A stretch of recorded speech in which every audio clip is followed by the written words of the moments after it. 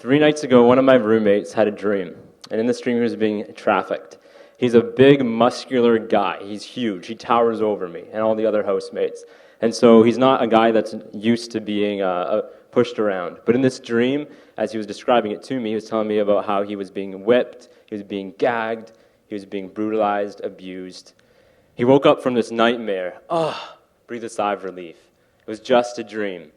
Because his living reality is not one of being trafficked, being abused in any way. The only time he's ever going to experience something that horrific is in his dreams. The reason I'm so excited to see so many people here, you guys actually came, and that's awesome. And the reason it's awesome, the reason I'm so encouraged to be with you today, is that for 27 million people around the globe, their day-to-day reality that they're living is being trafficked, abused, and gagged. And the only time they're ever going to experience freedom is in their dreams. And the reality is if we're going to actually achieve for them freedom, if we're going to make their dream a reality, we need to do it together. And so it can't just be 1 or 2 or 4 of us handing out things across campus, talking about these issues. We need to do this together. We can make their dream of freedom a reality. So welcome. I'm so glad you're here. I want to start off by talking about someone quite different than the type of person that Jonathan portrayed as someone looking at pornography. I want to tell you about a colleague of mine I had the privilege of working with just a couple of years ago. This colleague is one of my favorite people, so genuine. We can trust them with anything. Just an amazing, amazing person. One of those people that doesn't matter how bad things are going in the office, they still have a smile on their face. This person is a vegan, so they wouldn't even hurt a flea if they could help it. You know what I'm saying? They're one of the most progressive people. They don't just tolerate people's differences and orientations, they celebrate them. They're awesome.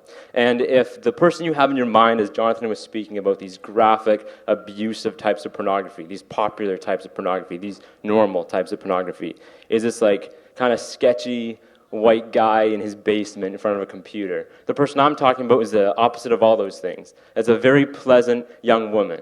She's awesome. It was amazing to work with her for the few months that she interned in the office. And because I do a lot of stuff on human trafficking, and these days it also has to do with fighting pornography, these issues came up, and we were talking about this, and she shared with me how she uses pornography. And it's not something that's spiraling out of control. It's not taking all of her time. But like most people on this campus, and a lot of people here, pornography is part of her life. She talked about some of the different types of pornography she looked at, and that type of thing, and it's the normal, popular stuff. Amazing person.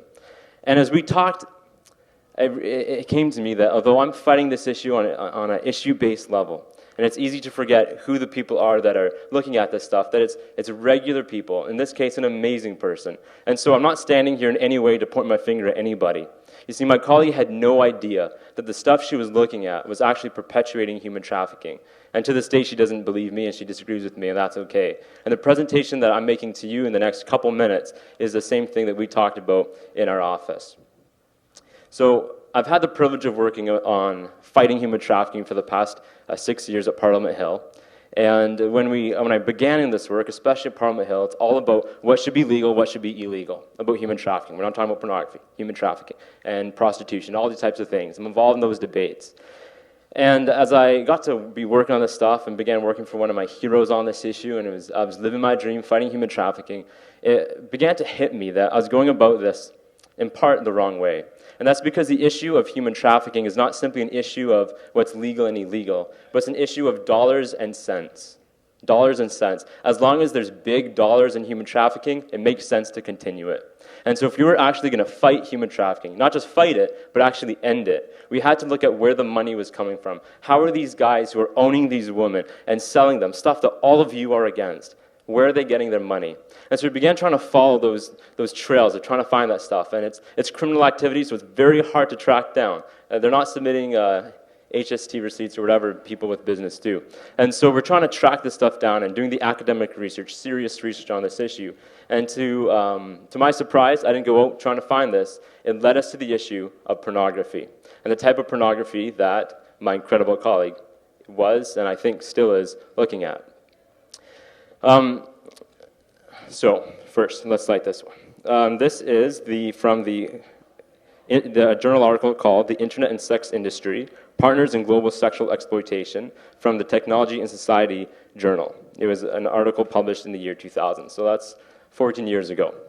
And it's an overview of where the porn industry is getting their money, where human traffickers are getting the money, and how they intersect. And what they found is that in the year 1978, which is before most of us, though not all, were born, most porn companies were criminal enterprises, and that and it gets into this whole thing. You can look it up yourself. You can read it through the University of Ottawa database, which is what I did, and it showed how most porn industry stuff was this criminal enterprise.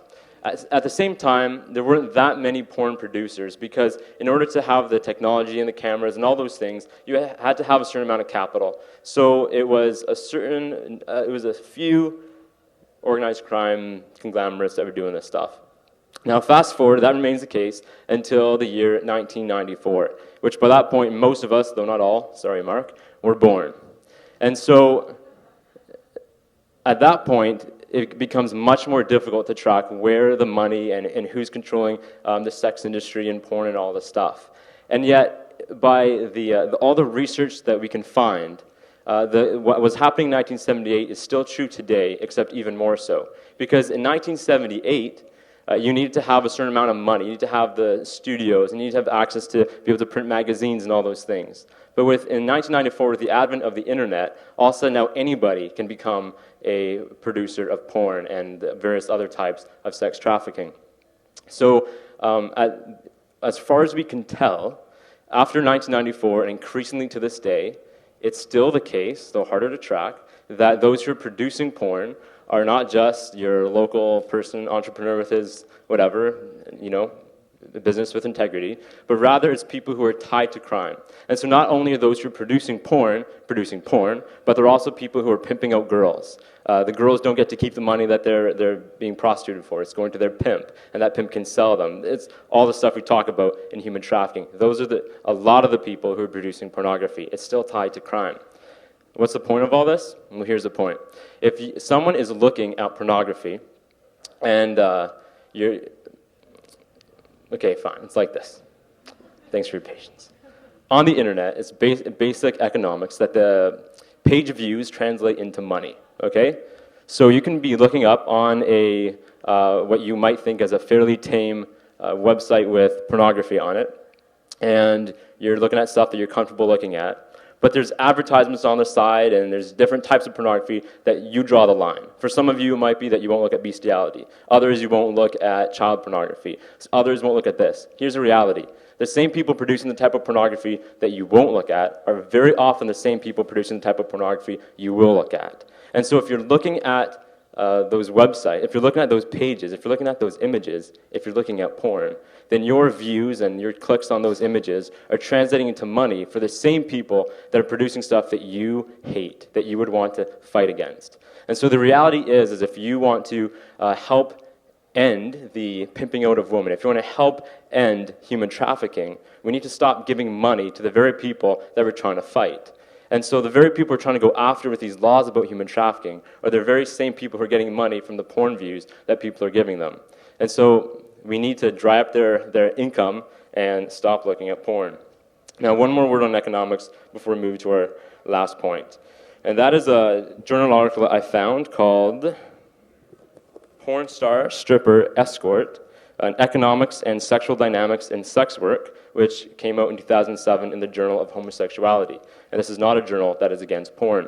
And they found that in terms of the type of income someone in pornography makes, unlike most fields of work that most of us are going to ever work in, the amount of money that you're going to be making, even if it's a tiny amount of money to start out with because you're being pimped, goes down from the moment you start. See, most of us were expecting after 6 months or a year, or depending on your job, maybe a very long time, are still expecting that we're going to have a review of our work and that they're going to give us a raise, even if that's 25 cents.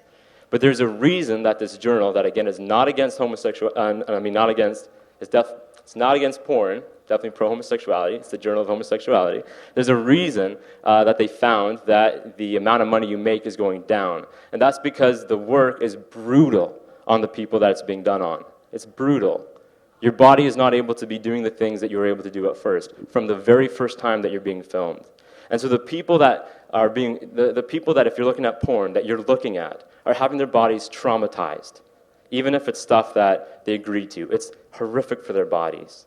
That's the stuff that people are looking at, enjoying, jacking off to. And that needs to stop. It's destroying them. Now, we cannot talk about this stuff without sharing a few of the stories of the people in those images. And so I want to share with you the story of Jessica. She was someone just like a lot of us in university, struggling like a lot of us to pay her tuition. And so when she got an invitation to a job that was going to make some pretty good money, like most of us would do, she accepted it. So she drove off an hour to the porn studio where she was going to do a solo shoot. That's what she signed up for. And while she was there, she was pretty nervous, just like I'm pretty nervous right now giving this talk. And so they gave her a stiff drink, which I did not have. There's just water in my drink. And so they gave her a stiff drink to calm her nerves, and she took it gladly. And it calmed her. Boy, did it calm her. She blacked out. Well, a couple hours later, she had no idea how much longer later, she woke up. Her body was just brutalized. She was feeling so messed up, so gross, so dirty. There was the money they agreed to pay her was in her car. She was in her car, dressed. And so she went on home. Well, that was the beginning of her career, if you call it, not just in porn, but in human trafficking. From there, the people who had produced the images that she was in just took control of her life. Her life spiraled downhill, and they used everything they could to control her. They sold her to someone else, and she eventually ended up in Canada. Now, when she saw the porn that they made with her that day, when she was blacked out, what she saw was not a solo scene. What she saw was her own rape.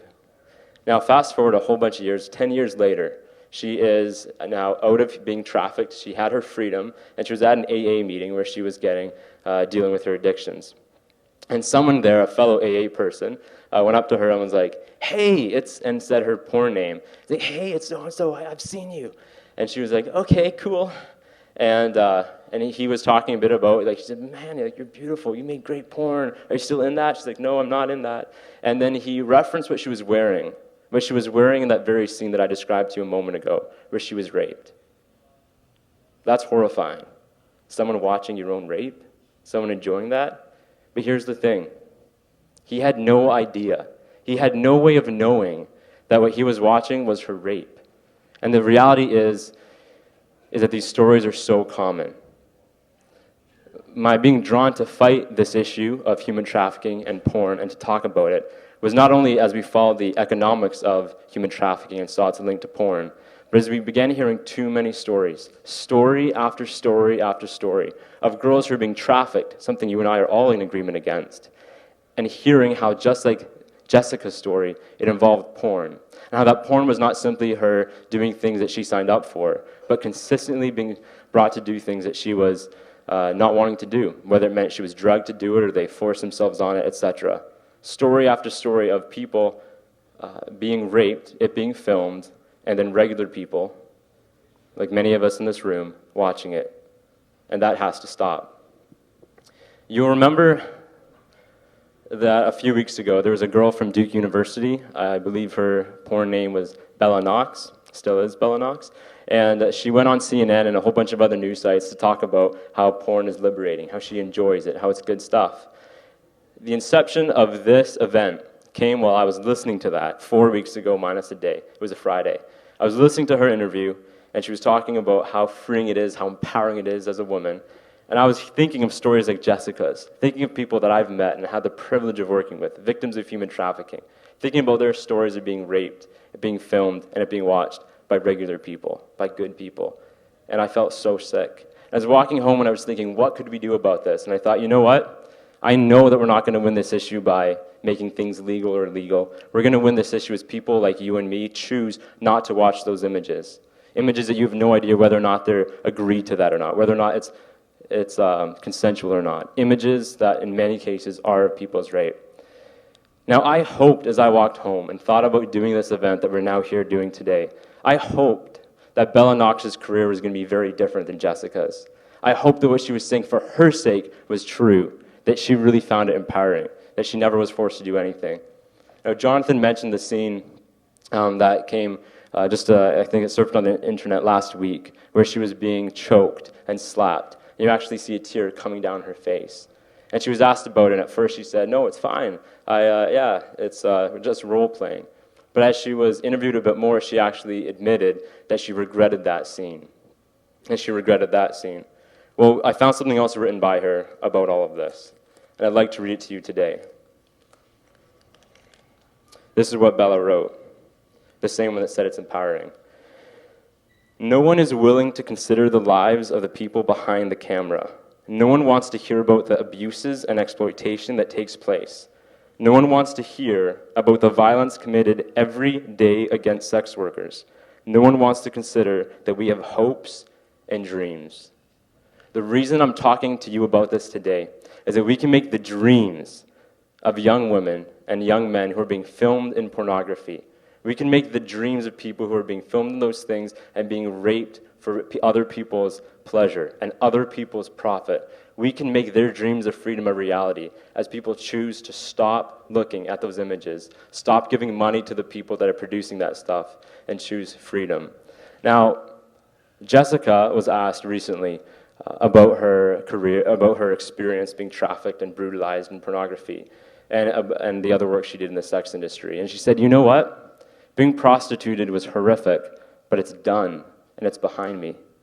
Being in a strip club was degrading, and I often was abused, and even raped in that place, but that also is behind me. But the most horrific thing is the pornography, because I know it's still out there, and people without knowing it are still watching it, still enjoying it, still enjoying my rape. You and I can make a difference. You and I can actually put an end to this stuff by taking away the money revenue of these people, by not giving them those views and those likes, those clicks. You and I can also start to stand for the dignity of young women and men in these images by refusing to watch their rape. And you've no way to know whether or not they're raped, but based on the images themselves. The only way that you can make a difference on this is to stop looking at pornography. Thank you so much.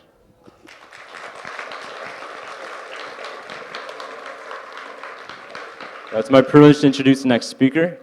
One of our convictions in making an event like this is that we can really make a difference. And one of our fears in making an event like this is something called the bystander effect. The bystander effect is this: the more people at the scene of the crime, the less likely anyone will do anything about it. The less likely anyone will do anything about it. And so our fear is that in simply raising awareness about something and talking about a problem, it's going to earn people's sympathy. It will make people angry even, but it's not actually going to empower people to do anything about it.